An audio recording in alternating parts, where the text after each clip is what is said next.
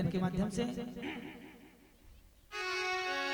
चली कैसे गंगा लहर धीरे धीरे, चली कैसे गंगा लहर धीरे धीरे, चली कैसी गंगा लहर धीरे धीरे, चली कैसे गंगा लहर धीरे धीरे, चली कैसी गंगा लहर धीरे धीरे, चली कैसे गंगा लहर धीरे धीरे, चली कैसी गंगा लहर धीरे धीरे, चली कैसे गंगा लहर धीरे धीरे, चली कैसी गंगा लहर धीरे धीरे, हरिद्वार में कैसी शोभा की माता,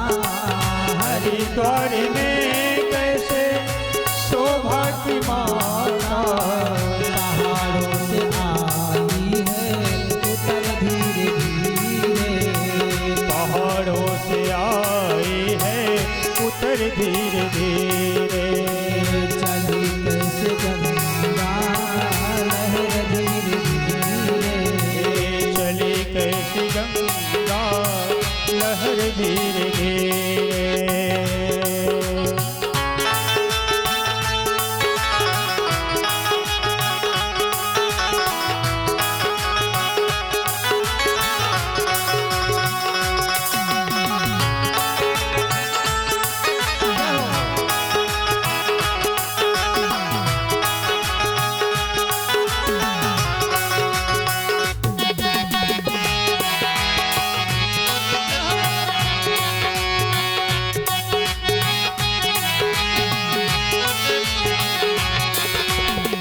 बड़े भाग्य उनके जो तेरे किनारे, बड़े भाग्य उनके जो तेरे किनारे, बड़े भाग्य उनके जो तेरे किनारे, बड़े भाग्य उनके जो तेरे किनारे, बसाए गए हैं शहर धीरे धीरे, बसाए गए हैं शहर धीरे धीरे, चली कैसे गंगा लहर धीरे धीरे, चली कैसी गंगा लहर धीरे धीरे,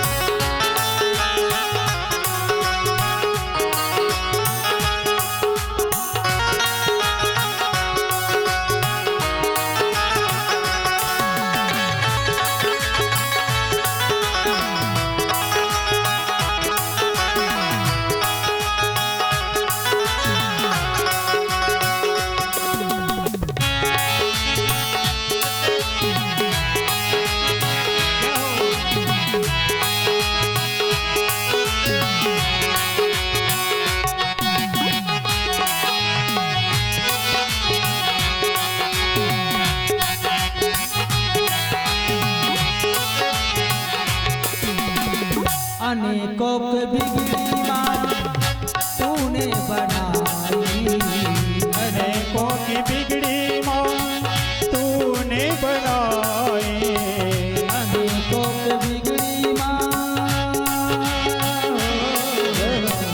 अनेकों की बिगड़ी माँ तूने बनाई, अनेकों की बिगड़ी माँ तूने बनाई,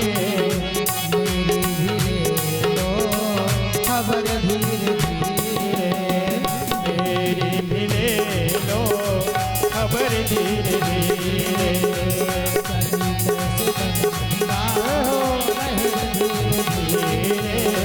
चली कैसे गंगा लहर धीरे धीरे, चली कैसी गंगा लहर धीरे धीरे, चली कैसे गंगा लहर धीरे धीरे, चली कैसी गंगा लहर धीरे धीरे।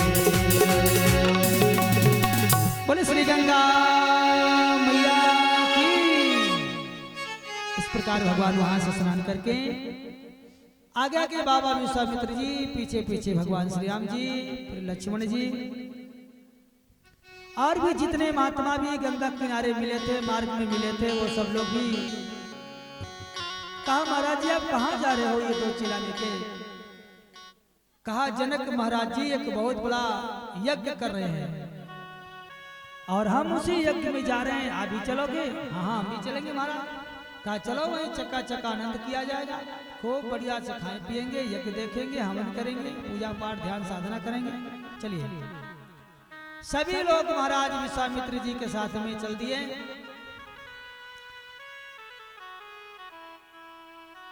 गए जहां जग पावन गंगा, गंगा में स्नान करने के बाद भगवान जब गए तो जनकपुरी के पास पहुंच गए। जनकपुरी के पास जैसे भगवान पहुंचते हैं वहां पर एक सुंदर बगीचा मिलता है, वहां भगवान निवास करते हैं। बाबा विश्वामित्र जी वहां निवास करते हैं और बाबा विश्वामित्र जी ने कहा देखिए नगरी कितनी पवित्र है, कितनी सुंदर है, यहाँ के लोग कैसे हैं? बोले कैसे हैं? बोले पूरे नरे नारी सो भाग्य सोचे संता, पूरे नर नारी सो भाग्य सोची संता, पूरे नर नारी सो भाग्य सोचे संता, पूरे नर नारी सो भाग्य सोची संता,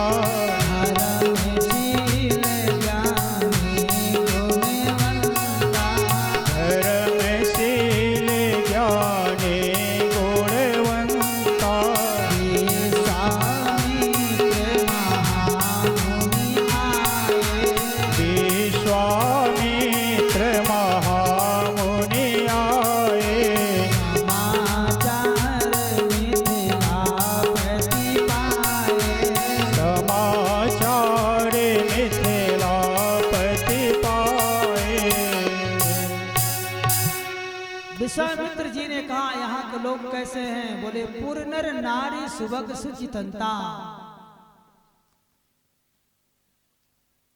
जो बाहर खंबे लगे हैं उसी में बांध दीजिए पत्ते को, बाहर खंबे में, इधर नहीं। हाँ तो पूर्ण नर नारी सुभग सुचितंता, धर्मशील ज्ञानी गुणवंता। जनकपुरी के लोग कैसे हैं?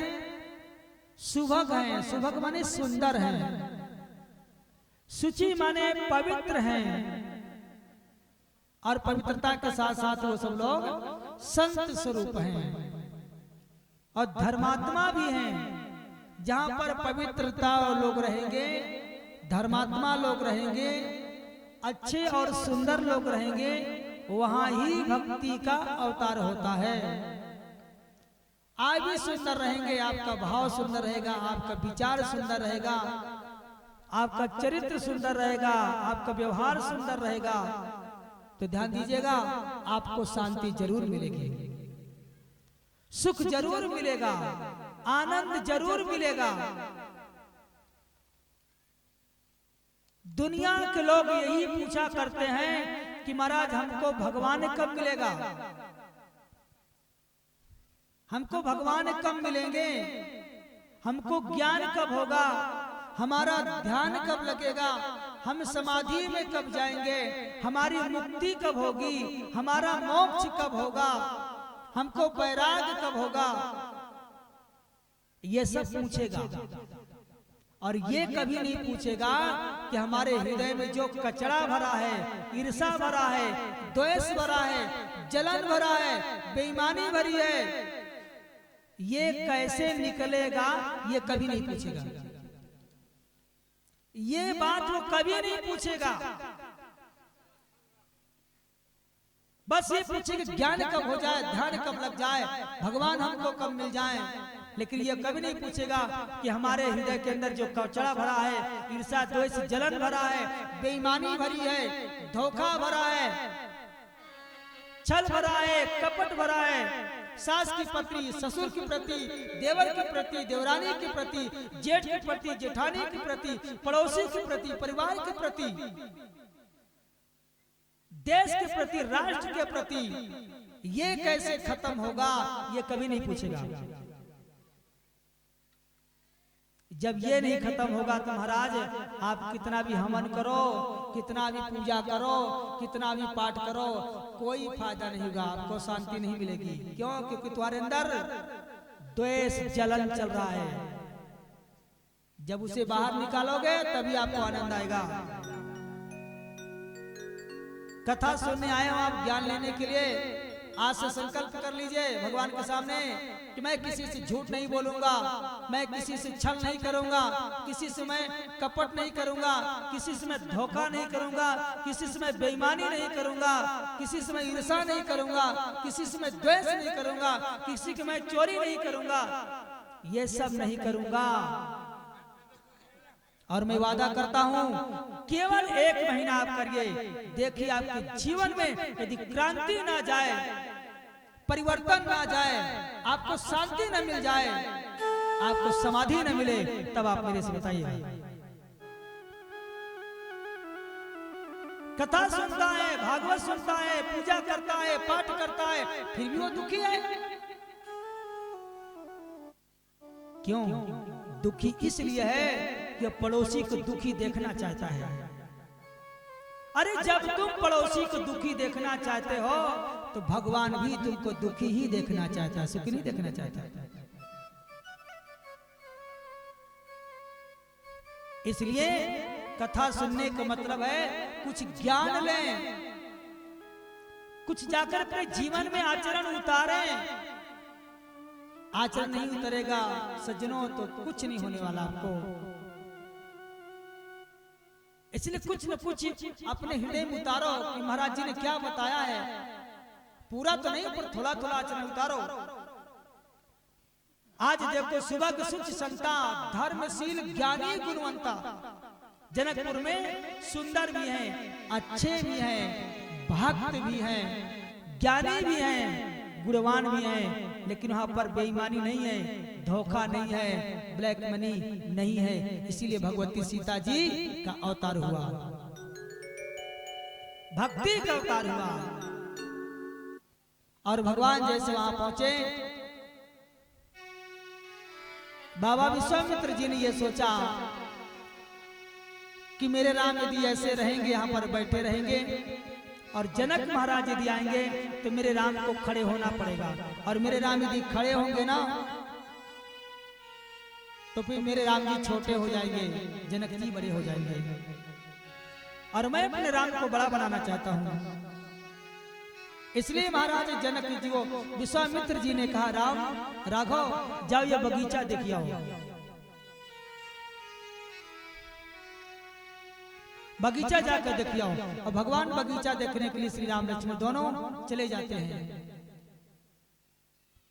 जब बगीचा देखने के लिए जाते हैं, वहां पर तालाब, सुंदर सुंदर वहां घाट बने हुए हैं, सुंदर कुआं का जल, सलील अमृत जैसा जल वहां बहुत सुंदर सुंदर लगे हुए हैं। वहां जल भी और सुंदर घाट को देख करके भगवान राम जी बहुत प्रसन्न हो जाते हैं और आनंद आ जाते हैं। तब तक में महाराज इधर जनक जी ने ये सुना कि बाबा विश्वामित्र नाम के कोई बहुत बड़े महात्माएं हैं। विश्वामित्र महामुनि ज्ञानी बसहि विपिन शुभ आश्रम जानी। विश्वामित्र महामुनि ज्ञानी बसहि विपिन